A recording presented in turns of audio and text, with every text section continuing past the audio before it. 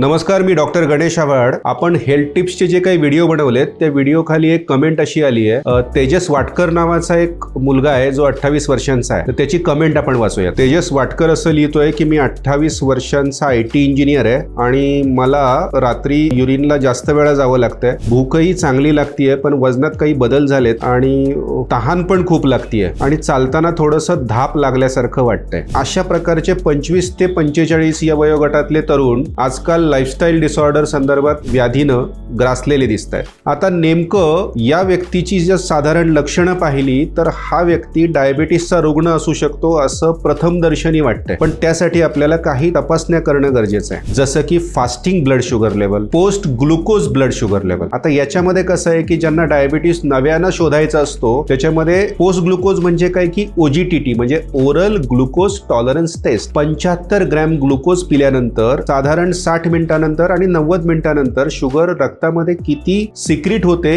हे पाहण्यासाठी आपण डायबिटीस खऱ्या अर्थानं आहे की नाही हे आपण या टेस्ट मधून करू शकतो। त्यानंतर HbA1c नावाची 3 महिन्यांची सरासरी ग्लायसेमिक कंट्रोल कसा आहे हे सांगणारी एक टेस्ट असते, ती पण या तेजसनं करणं खूप गरजेचं आहे। मग आपल्याला खऱ्या अर्थानं डायबिटीस आहे की नाही हे शोधता येईल। आता मग डायबिटीसचे नेमके प्रकार असतात कोणते? टाईप 1 डायबिटीस की ज्याच्यामध्ये खऱ्या अर्थानं इन्शुलिन शरीरात अजिबात तयार होत नाही, म्हणून त्या पेशंटला वजन झपाट्यानं कमी होतं की जेणेकरून आपल्याला इन्शुलिन अशा पेशंटला चालू करावं लागतं। तर ते डिटेक्ट करणं गरजेचं आहे, त्यासाठी C पेप्टाइड नावाची टेस्ट असते। टाईप 2 डायबिटीस की जो लाईफस्टाईल डिसऑर्डर मध्ये जास्त प्रकर्षाने आढळतो, की जो बैठी जीवनशैली असेल किंवा व्यायामाचा अभाव असेल, जंक फूड असेल, अशा गोष्टींमुळे टाईप 2 डायबिटीस होतो। मग टाईप 2 डायबिटीस जर शोधायचं असेल तरी याच तपासण्या कराव्या लागणार आहेत। C पेप्टाइड ही डिफरन्शिएट टेस्ट करते की whether it is a type 1 diabetes और टाईप 2 डायबिटीस। त्याच्यानंतर नव्यानं येऊ पाहणारा आजार की ज्या कोविड नंतर नव्यानं एक डायबिटीस इमर्ज झालाय, तो म्हणजे टाईप 1.5 डायबिटीस, जे अजून शास्त्रज्ञ शोधतायत की होतो कशामुळे। हा न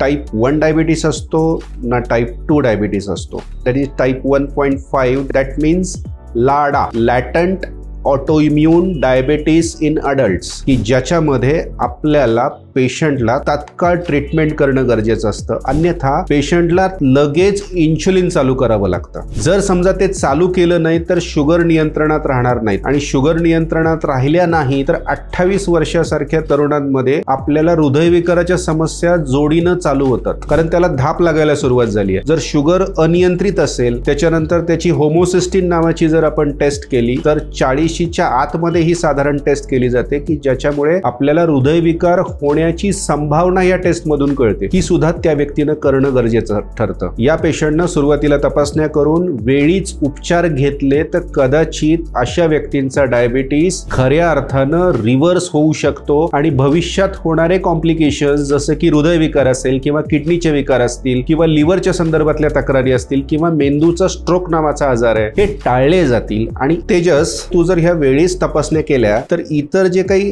होणारे जे कॉम्प्लिकेशन्स मधले जे आजार आहेत त्यामुळे इतर डॉक्टरांचा संभाव्य खर्च टाळला जाईल आणि केवळ डायबिटीस नियंत्रणात ठेवून किंवा डायबिटीस रिव्हर्स करून तू तुझ्या आजारातून लवकर मुक्त होऊ शकतोस, पण त्यासाठी वेळीच सल्ला घेणं आवश्यक आहे। तेजस, तुला ही जर लक्षणं जाणवत असतील तर तू खाली दिलेल्या नंबरवर फोन कर आणि मला येऊन भेट, आणि आपल्यालाही अशा पद्धतीचे जीवनशैलीच्या संदर्भातल्या आजारांचे जर काही मार्गदर्शन हवे असेल, तुम्हाला काही लक्षणं जाणवत असतील, वजन वाढणं, वजन कमी होणं, केस गळणं, थायरॉइडच्या संदर्भातल्या तक्रारी, डायबिटीस, तर तुम्ही खाली दिलेल्या नंबरवर फोन करा आणि वेळीच मार्गदर्शन घ्या।